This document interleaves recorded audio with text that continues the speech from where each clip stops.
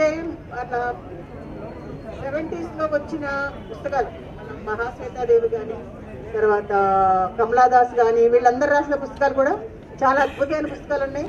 80s లో స్త్రీవాదాన్ని పరిపుష్టం చేసిన కథలు, నవలలు, కవిత్వం ముఖ్యంగా చాలా వచ్చింది. అవంతా కూడా నా మీద చాలా బలమైన ముద్ర వేస్తుంది. ఇప్పుడు రాస్తున్న యూత్ చాలా అద్భుతంగా రాస్తుంది. చాలా మంది, అందరి పేర్లు నేను చెప్పలేను ఇప్పుడు. వాళ్ళు రాస్తున్న అంటే ఇప్పుడున్న సమాజంలో ఉన్న సంక్షోభం, సమాజం ఇప్పుడున్న నడుస్తున్న ఒకలాంటి ఉద్రిక్త పరిస్థితులు కానీ, మనకి ప్రపంచీకరణ వచ్చిన తర్వాత వచ్చిన పెను మార్పులు మన జీవితాల్లో కానీ, సాహిత్యంలో కానీ వచ్చిన మార్పుల్ని పట్టుకుని రాసిన రచయితలు చాలా మంది ఉన్నారు. వాళ్ళందరి పుస్తకాలు చదవడం ద్వారా కూడా నేను ఉద్ధరించుకున్నాను అని చెప్పగలుగుతాను నేను తప్పకుండా.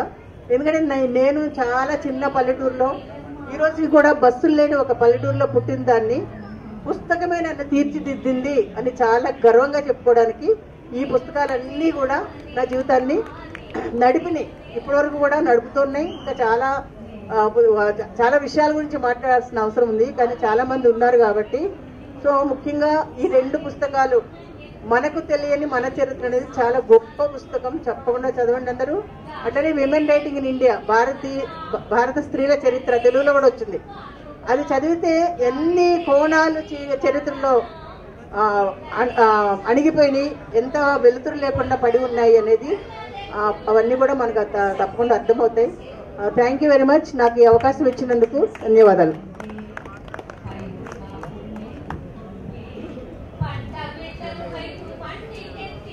కొండవీటి సత్యవతి గారికి ధన్యవాదాలు 2 రకాలుగా చెప్తున్నాం. ఒకటి చక్కగా చెప్పారన్నది ఒకటి, రెండవది సమయాన్ని కూడా పాటించారు. మరి ఇది సమయం చాలా ముఖ్యమైనది కనుక ఆ విషయాన్ని ముందుగానే వారు చెప్తూ వారి ప్రసంగం చేసినందుకు ధన్యవాదాలు చెప్తూ, మరి ఇప్పుడు మోదుకూరి నరహరి గారు తమ వంతుగా సమయాన్ని చూసుకొని మాట్లాడవలసిందిగా ప్రార్థిస్తున్నారు. మిత్రుల వారికి విజ్ఞప్తి ఏమిటంటే, నేను మాట్లాడుతున్నప్పుడు లేచి నిలబడితే నేను ఆపిస్తాను. ఎక్కడైనా సరే యాంకరింగ్ అధ్యక్షులు చెప్తాను ఆ మాట.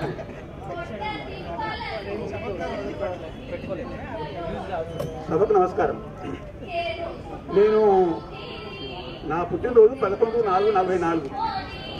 80 ఏళ్ళు వచ్చిన తర్వాత నాకు అర్థమైంది ఏంటంటే, ఆయన జ్యోతిబా పూలే పుట్టిన మహత్తరమైన రోజు నాడు అనుకోకుండా నా పుట్టినరోజు వచ్చింది. ఆ మహానుభావుడి అడుగుదాడల్లో శతాంశమో సహస్రాంశమో నడిచినా చాలా సంతోషమే. సమయం చాలా తక్కువ.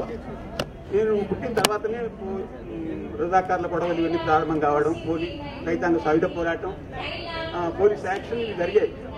నేను ఇక్కడ ఆలేరు పక్కన చుట్టూ పుట్టాను, మా అమ్మమ్మ ఊళ్ళో. 11 ఏళ్ళు అక్కడ ఉన్నాను. తర్వాత మోతుకూరుకి వచ్చాను, మా నాన్నగారి ఊరికి వచ్చాను. నేను 62 దాకా అక్కడ ఉన్నాను. మహాప్రస్థానం నేను 20వ ఏట హైదరాబాద్కి వచ్చిన తర్వాత మాత్రమే చదవగలిగాను. ఈ కుర్తులో మోతుకూరులో పుస్తకాలు, కవితా సంకలనాలు దొరికే అవకాశం లేదు. అందువల్ల మహాప్రస్థానం చదివినప్పుడు నేను బాటసారితో నేను తాదాత్మ్యం చెందాను. ఎందుకంటే 2 సంవత్సరాలు నేను ఉద్యోగం కోసం ప్రయత్నిస్తూ మా ఊరు నుంచి 50 కిలోమీటర్లు నల్లగొండ కేంద్రం, జిల్లా కేంద్రానికి నడవాల్సి వచ్చింది. బస్సు డబ్బులు లేక ఒకసారి వెళ్ళాను, ఒకసారి మళ్ళీ వచ్చాను. అందుకోసమని కూలి కోసం, కూడు కోసం పట్టణంలో బతుకుదామని బయలుదేరిన బాటసారికి ఎంత కష్టం, వాన వస్తే వంగుడు వస్తే అని చెప్పి అది దాంతో పూర్తిగా నేను మమేకమైపోయినాను.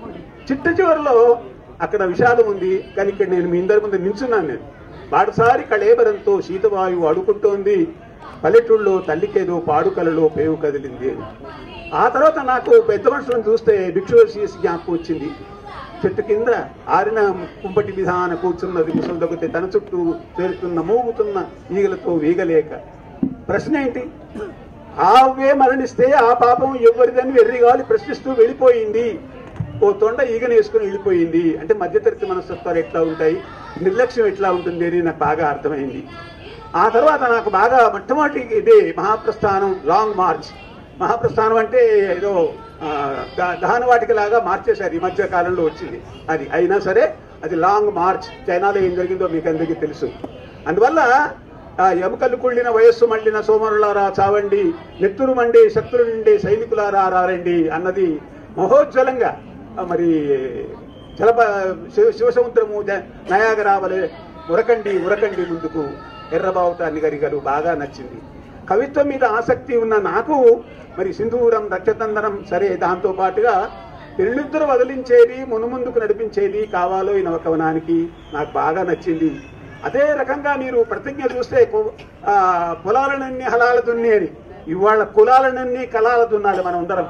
ఇంకా ఈ కుల వ్యవస్థ మతాల గురించిన చర్చలు నడుస్తున్నాయి కాబట్టి కులాలన్నీ అక్కడ మళ్ళీ ఇక్కడ పెరునిద్ర వదిలించేది ఎట్లా నవకవితలో చెప్పినాడో శ్రీశ్రీ గారు, ఆ ప్రతిజ్ఞలో కూడా మళ్ళీ కమ్మరి కొలిమి కుమ్మరి చక్రం జాలలం జాలరి మగ్గం సాలెల మగ్గం శరీర కష్టం స్ఫురింపజేసే సహస్ర వృత్తుల గొడ్డలి నాగలి రంపం గొడవలి, ఈ సహస్ర వృత్తుల దాని గురించి కూడా నాకు బాగా నచ్చింది. అందువల్ల మనం బాటసారి గురించి చెప్పిన ఇవాళ వాళ్ళకు నిరుద్యోగుల గురించి మనం మాట్లాడుకుంటున్నాము. అక్కడ దేశ చరిత్రల గురించి రాశాడు, ఏ దేశ చరిత్ర వచ్చినా ఏమున్నది గర్వకారణం అని. మీకు చాలా మంది చదివి ఉంటారు. కమ్యూనిస్ట్ మేనిఫెస్టోలో మార్క్స్ ఎంగెల్స్ రాసిన దాంట్లో మొట్టమొదటి వాక్యం ఏముంటుంది? The history hitherto is the history of class struggles అని ఉంటుంది అంటారు. అంటే ఇప్పటిదాకా జరిగిన యుద్ధాల చరిత్ర అంతా వర్గాల మధ్య జరిగిన చరిత్రే అని ఉంటుంది అందులో. కాబట్టి ఈనాటి కూడా వర్గ పోరాటం జరుగుతూనే ఉంది, పెట్టుబడులకు అనుకూలంగా జరుగుతూనే ఉంది అని. అందువల్ల మనం మహాప్రస్థానం నన్ను బాగా ప్రభావితం చేసింది. ఆ ప్రభావితం చేసిన కారణంగానే మరి 1940లో మొట్టమొదటిసారిగా మీకు తెలుసు 17/7/40 నాడు చలంగారు దానికి యోగ్యత పత్రం రాశారు. నా దగ్గర ఉన్న పుస్తకంలో ఉన్న లెక్కల ప్రకారం అంతకుముందు వేరే మిత్రులు ప్రింట్ చేశారు. 62లో మొదటి ముద్రణ, 8వ ముద్రణ 62లో వచ్చింది. 1950లో 2వ ముద్రణ వచ్చింది. 62లో వచ్చిన ముద్రణ నా దగ్గర ఉంది. ఒక అమ్మాయి నా విద్యార్థి నాకు ఇచ్చింది. 100 పేజీలు ఉంది, ₹1.25 అంటే పేజీకి 1 పైసా 2 పాయింట్ అనమాట. ఇవాళ పుస్తకాలు దాదాపుగా ప్రతి పేజీకి ₹1 ఛార్జీలు పెరిగినాయి. దాని గురించి మేము బాధపడడం లేదు, పుస్తకాలను కొన్ని చదవలసిన ఉంది. ఏమైనా సరే సంధ్యా సమస్యలు ఒకసారి చూస్తే ఏం తింటే బాగుంటుంది అని ఒక చర్చ అయితే, ఒక ఉద్యోగి చర్చ, ఒక కుర్రాడికైతే ఏ సినిమా చూడాలి అని చర్చ. కానీ కొన్ని నిరుద్యోగికి ఇటు చూస్తే పెళ్ళాం పిల్లలు ఆకలి, అటు చూస్తే అప్పుల వాళ్ళు సముద్రమున పడిపోవడమో ఉరిపోసుకు చనిపోవడమో సమస్య తగిలిందొక మధ్యతరగతి వాడికి అని. అంటే అందరికీ సమస్యలు ఉన్నాయండి, ఏ చెట్టుకంత గాలి అనేవాడు చాలా మంది ఉంటారు. కానీ ఇక్కడ నిజమైన సమస్యలు ఏమిటి అనేది మనకు దాంట్లో చెప్తాడు. కాబట్టి నేను సైతం భువన భవనపు బాగుతాను, పైకి లేస్తాను, తెల్లరేఖ పల్లవిస్తాను అన్న శ్రీశ్రీ నాకు బాగా నచ్చాడు. ఆయన అంతేకాదు చెప్పినంత కూడా అక్కడ చిట్టు చివరికి అరుదని మా జీవితం, ఆందోళన మా ఊపిరి, తిరుగుబాటు మా వేదాంతం అన్నాడు. అంతేకాదు చిట్ట చివరిగా నాకు బాగా నచ్చింది ఏంటంటే, గుళ్ళు రాళ్ళు వాంతరాలు ఎన్నో ఉన్నా ముందు దారి మనది, మనం ముందు పోతాం, ప్రపంచం మనం వెంట వస్తుంది అని. ఈ స్ఫూర్తితోనే నేను జీవితం 64లో ఈ ఊరు వచ్చాను. మొట్టమొదటిసారి ఆ పుస్తకం చదివాను. 64లో ఎల్డీ ఉద్యోగంలో చేరాను. అప్పుడు ఒక 3 సంవత్సరాలు తెలంగాణ NGOsలో పనిచేశాను. 7 సంవత్సరాలు రాష్ట్ర ఉపాధ్యాయ సంఘంలో పనిచేశాను.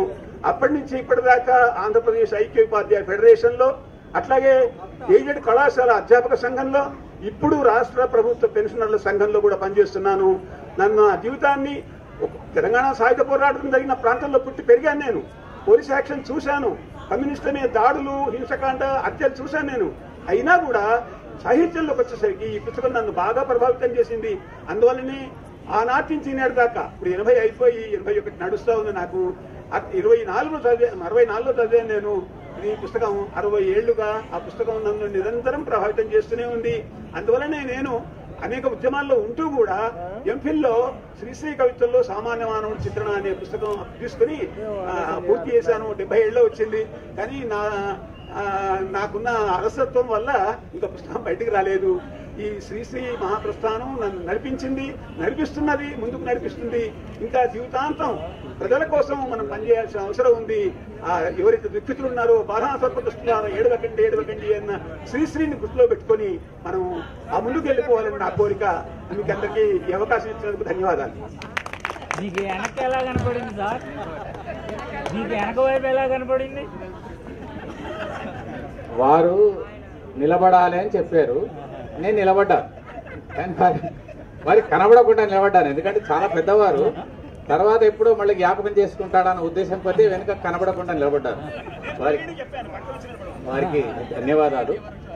కొన్ని గ్రంథాలు ఎంతసేపు చెప్పినా తరగనివి, మనకందరికీ పరిచయం అయినప్పటికీ వారి నోట మనం విశేషంగా వినడం అనేది ఒకటి. ఎందుకంటే కులాలన్నింటినీ కళాలతో దున్నాలి అని ప్రత్యేకంగా చెప్పారు, శ్రీశ్రీ చెప్పిందని. చాలా బాగుంది, ధన్యవాదాలు. ఇప్పుడు కార్యవిగ్రహంలో వెళుతున్నారని చెప్పినటువంటి సత్యవతి గారికి చిరు సత్కారం అధ్యక్షుల వారు చేస్తారు. రండి, పేరు అధ్యక్షుల వారు.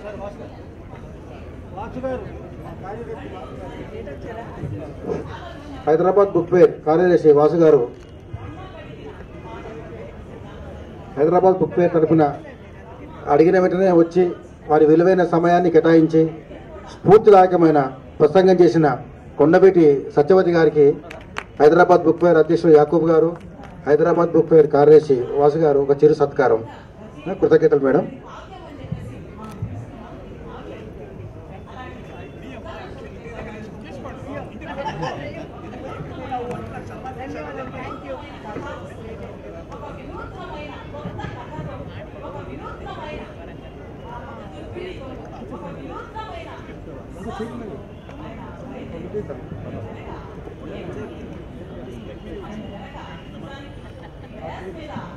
నెల్లుట్ల రమాదేవి గారికి స్వాగతం. మనసులో ఉన్న ఒక చిన్న మాట చెప్తాను, అది చాలా రహస్యమని చెప్పకూడదు కానీ చెప్తున్నాను. వర్షం కారణంగా మిత్రులు కొందరు ఫోన్ చేసి రాలేకపోతున్నాం అన్నారు. వారికి నేను ధన్యవాదాలు అని చెప్పాను. ఎందుకంటే సంఖ్య 12 ఉన్నది. కానీ రమాదేవి గారు వర్షం వెలిసిన తర్వాత మళ్ళీ వర్షం రాకుండా ఉండడానికి వచ్చారు. ఇప్పుడు వర్షం వస్తే కూడా మన సమస్య. అందువల్ల రమాదేవి గారికి ఆహ్వానం పలుకుతూ తరువాత నమస్కారం, మీకు కూడా ఆహ్వానం అండి. ఆచార్య పులికొండ సుబ్బాచారి గారు మాట్లాడుతున్నారు.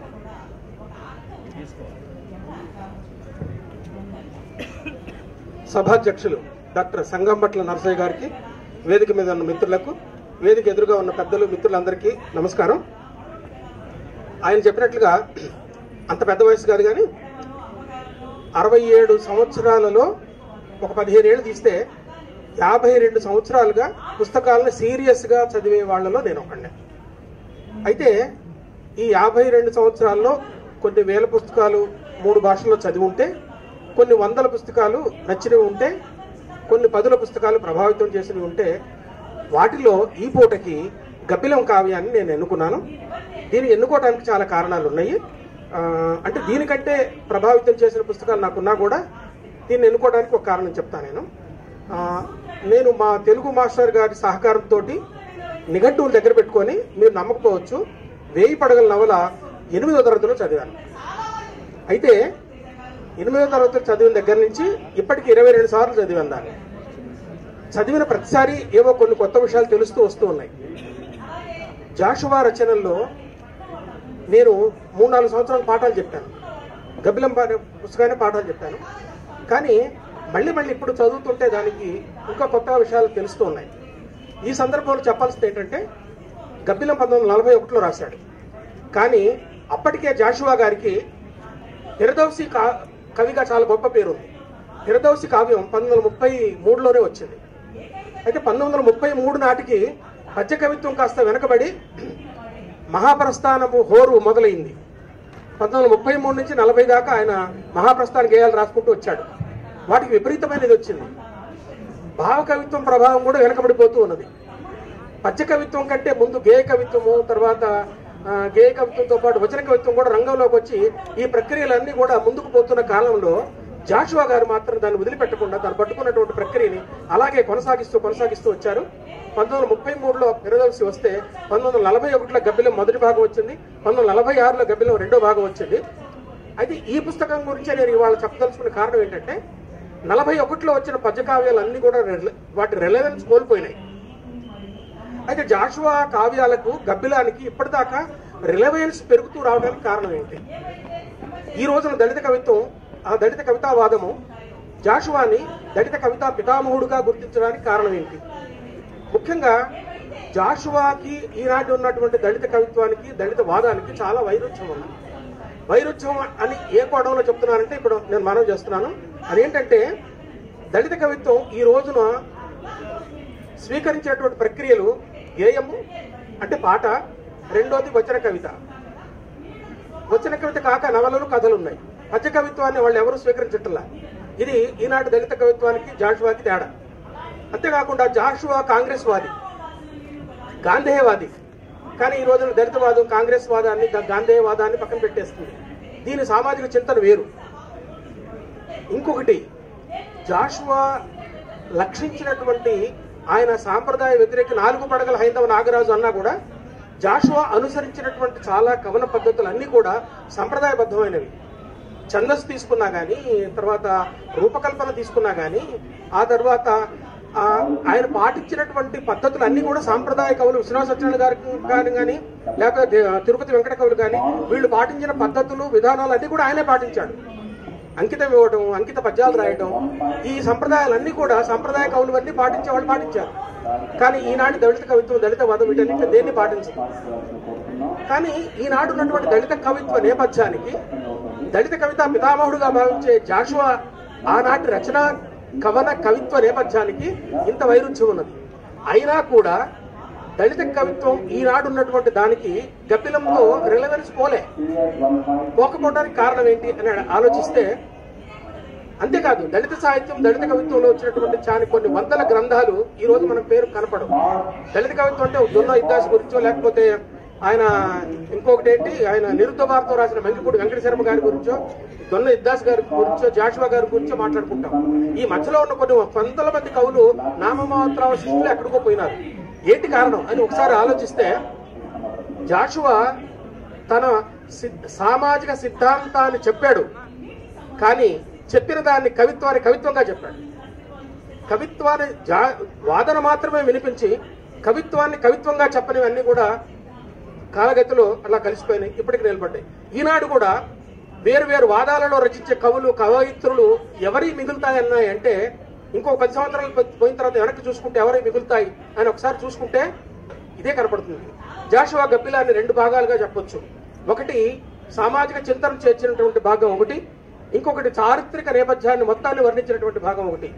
రఘునాథ నిపాలకుడు ఏలిన తంజాపురి దక్షిణ భాగ భూములను మొదలుపెట్టి కాశీ దాకా, కాశీ నుంచి హిమాలయ పర్వతాల దాకా, ఆంధ్రప్రదేశ్, కర్ణాటక, తమిళనాడు, ఆంధ్రప్రదేశ్, కర్ణాటక, ఒరిస్సా, బెంగాలు, తర్వాత ఢిల్లీ, ఆ తర్వాత హిమాలయ పర్వతాల దాకా ఆంధ్రప్రదేశ్ చరిత్రని, భారతదేశ చరిత్ర మొత్తాన్ని కూడా వర్ణించుకుంటూ వెళ్ళాడు. చిక్కిన కాశుచే తనివి చెందు అమాయకుడు ఎల్ల కష్టములు బుక్కెడు బొబ్బతో మర్చిపోవు క్షుదానాల దగ్ధమూర్తి నల్ దిక్కులు గల్గు లోకమున దిక్కరి ఉన్న అరుంధతి సుత్రుండక్కడు జన్మమెత్తి భరతోర్వరకు కడగొట్టు బిడ్డడై. జాషువా గారి పద్యాలు, ప్రసిద్ధమైన పద్యాలు చాలా ఉన్నాయి, కానీ 2-3 గుర్తు చేస్తాను. ఇక్కడ ఉన్నటువంటి సమయాన్ని బట్టి జాషువా రిలవెన్స్ ని ఈ రోజు ఎట్లా అర్థం చేసుకోవాలో ప్రధానంగా చెప్పదలుచుకున్నాను. జాషువా రిలవెన్స్ అలా ఇప్పటికి కూడా ఇక్కడ కొనసాగుతూ ఉండటానికి కారణం ఏంటో నేను చెప్పదలుచుకున్నాను, అది చెప్పాను. ముక్కు మొగమున్న చీకటి ముద్ద ఓలే అంటాడు. ఇది కథన ప్రతిభ అంటే అది. గబ్బిలాన్ని ఎన్ని రకాలుగా చెప్పొచ్చు. గబ్బిలాన్ని పక్షిణి అని, పక్షి కళ్యాణి అని, వేగ వనిత అని, ఇట్లా ఒక గబ్బిలాన్ని ఎన్ని రకాలుగా ఆయన సంబోధిస్తాడంటే అందులో మీరు చదివి చూడండి ఒకసారి. ఆ అభాగ్యుని రక్తంబును ఆహరించి ఇనుప గజ్జల తల్లి జీవనము సేయు కసరి బుసగొట్టు నాదని గాలిసోక 4 పడగల హైందవ నాగరాజు. 4 పడగల హైందవ నాగరాజు అని హిందూ మతంలో ఉన్నటువంటి వీటన్నిటిని ద్వేషించాడు, కానీ దాంట్లో ఉన్న మేలిమినంతా కూడా తన సంప్రదాయంలో నింపుకున్నాడు జాషువా గారు.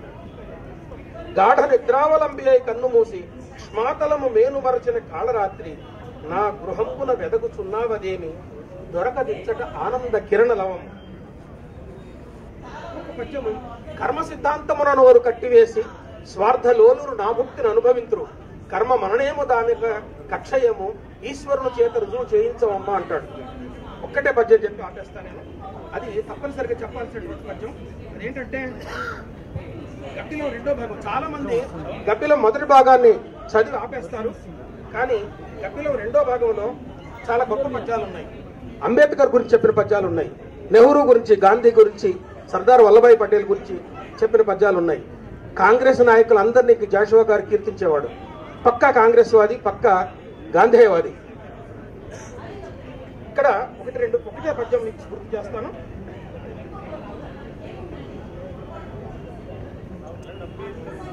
నా సహోదరుడు. ఒక్క నిమిషం.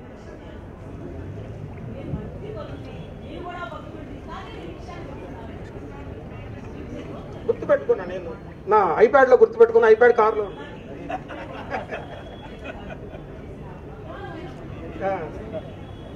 ఒక్క పద్యం తప్పనిసరిగా చెప్పాలి.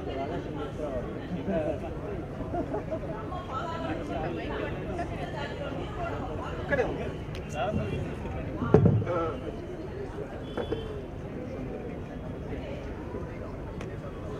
సార్ మీరు కూర్చోండి, ఇక సార్ చూసారులే.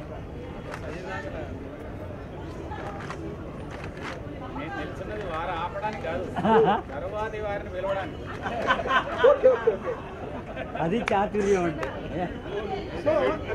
సరే దొరుకుతుంది రెండో భాగంలో అది. సరే అది పోనీ ఉంటే తర్వాత ఆయన ఎట్లా చెప్తాడంటే, వాని ఇష్టార్థములు కూర్చుదాని పోలే విశ్వనాథుని గుడికి గబ్బిలము సనియే వేయి చేతుల పెనుకాపు వేగిరింప కచ్చ బిగించిన పేద కార్మికుడు. ఆ పేద కార్మికుడు కచ్చ బిగించి గోచె బిగించి పనికిపోయినాడు. ఎందుకు? వేయి చేతుల పెనుకాపు వేగిరింప. ఇట్లా ఒక్కటి గుర్తు చేస్తా మీకు. కంచర్ల శ్రీకృష్ణ గంధర్వుడేలిన నగరంబు దున్నుంచి నారు పోసి,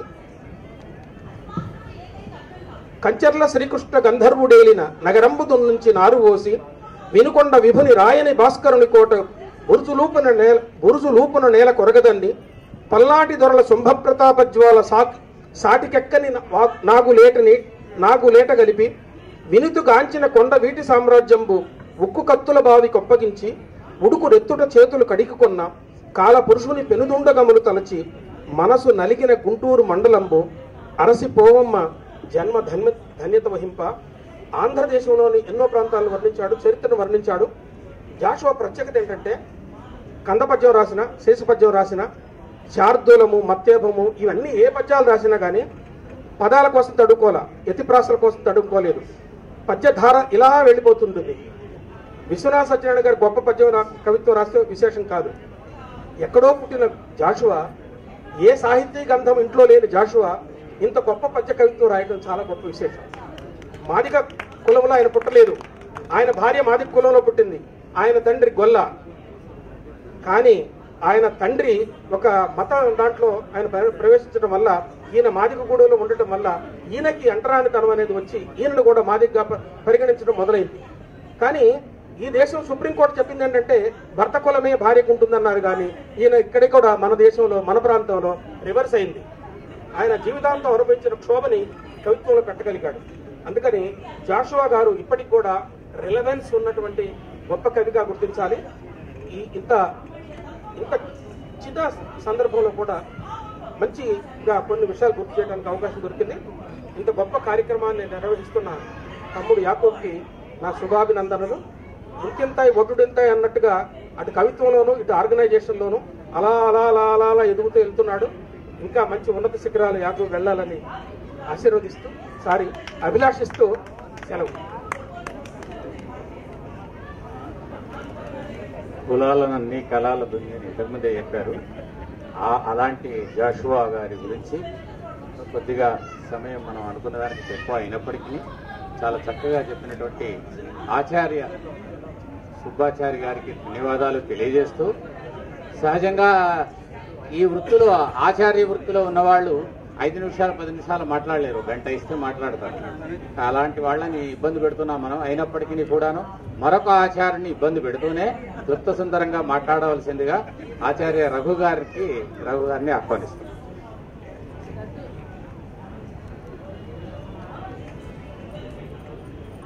ఇక్కడ సమయం కుదించబడింది కదా 10 నుంచి 5కు. నాకు నచ్చిన, లేకపోతే స్ఫూర్తినిచ్చిన పుస్తకం అంటే ఇప్పుడు చదువుతున్నటువంటి క్రమంలో మనల్ని ప్రభావితం చేసిన పుస్తకం అని కాకుండా అసలు పుస్తక పఠనంలోకి తీసుకెళ్ళడం, కవిత్వ రచనలోకి తీసుకెళ్ళడం, కవిత్వం పట్ల గాఢమైనటువంటి ప్రేమ మోహం కలిగేటువంటి పుస్తకాన్ని గురించి ఒక నోస్టాల్జియా లాంటి ఒక పాఠాన్ని నేను పునశ్చరణ చేసుకుంటున్నాను ఈ సందర్భంగా. అంటే నేను వారపత్రికలో సీరియల్ చదువుతున్నటువంటి 10th క్లాస్ దశలో వెన్నెల్లో ఆడపిల్ల అనేటువంటి ఒక పాపులర్ సీరియల్ చదువుతున్నాను. ఈ వెన్నెల్లో ఆడపిల్ల అనేటువంటి పదబంధం చాలా బాగుంది, ఈ టైటిల్ చాలా బాగుంది, మళ్ళీ పెట్టాడు ఎండమూరి వీరేంద్రనాథ్ అని అనుకున్నాను. కానీ ఆ తర్వాత తిలక్ దగ్గర నుంచి ఇతను స్ఫూర్తి పొంది తీసుకున్నాడు అనేటువంటిది అప్పుడు తెలిసింది. అది ఎట్లా అంటే, అమృతం కురిసిన రాత్రిని తీయగానే నా కవిత్వం కాదొక తత్వం అని తన కవితా దృక్పథాన్ని ప్రకటిస్తూ చివరికి నా అక్షరాలు కన్నీటి జడులలో తడిసే దయాపారవతాలు, నా అక్షరాలు ప్రజాశక్తులు వహించే విజయ ఐరావతాలు, నా అక్షరాలు వెన్నెలలో ఆడుకునే అందమైన ఆడపిల్లలు అన్నాడు. ఇక్కడ దొరికింది అమ్మాయి. ఇక అక్కడి నుంచి తిలక్ కవిత్వాన్ని చదవడం మొదలుపెట్టి అనుకోకుండా మా డిగ్రీలోకి వచ్చేవరకల్లా సైనికుడి ఉత్తరం అనేటువంటి ఒక పాఠం ఆధునిక కవిత్వంలో భాగంగా కవిత్వం వచ్చింది. ఆ సైనికుడి ఉత్తరం చదవగానే చాలా ఆ సైనికుడి ఉత్తరంలో ఉన్నటువంటి ఆ ఓపెనింగ్, అంటే ఒక సైనికుడి తన తల్లిదండ్రుల్ని ఇంట్లో ఉన్నటువంటి పెద్దవాళ్ళందరినీ గుర్తు చేసుకుంటూ ఇక్కడ ఉన్నటువంటి ఆ సరిహద్దుల్లోని వాతావరణాన్ని చిత్రీకరిస్తూ, ఇక్కడ నేను క్షేమం, అక్కడ నువ్వు కూడా, ముసలి అమ్మ పాత మంచంకోడు, మన చిన్నబ్బాయి చెరువులో కొంగ అని అతడు మొదలు పెడుతూ మొత్తంగా ఆ సరిహద్దుల ప్రాంతంలో ఉన్నటువంటి ఆ వాతావరణంతో పాటుగా చలి ఎట్లా కూస్తుంది, చలి ఎముకలు కొరిగించే చలి, ఈ చలిలో వెచ్చగా నీ దేహం తగిలింది అని ఇట్లా అతను రాసినటువంటి ఆ కవితలు, నువ్వు లేవు నీ పాట ఉంది, ఇంటి ముందు జూకామల్లె తీగలో అల్లుకొని ఉంది అని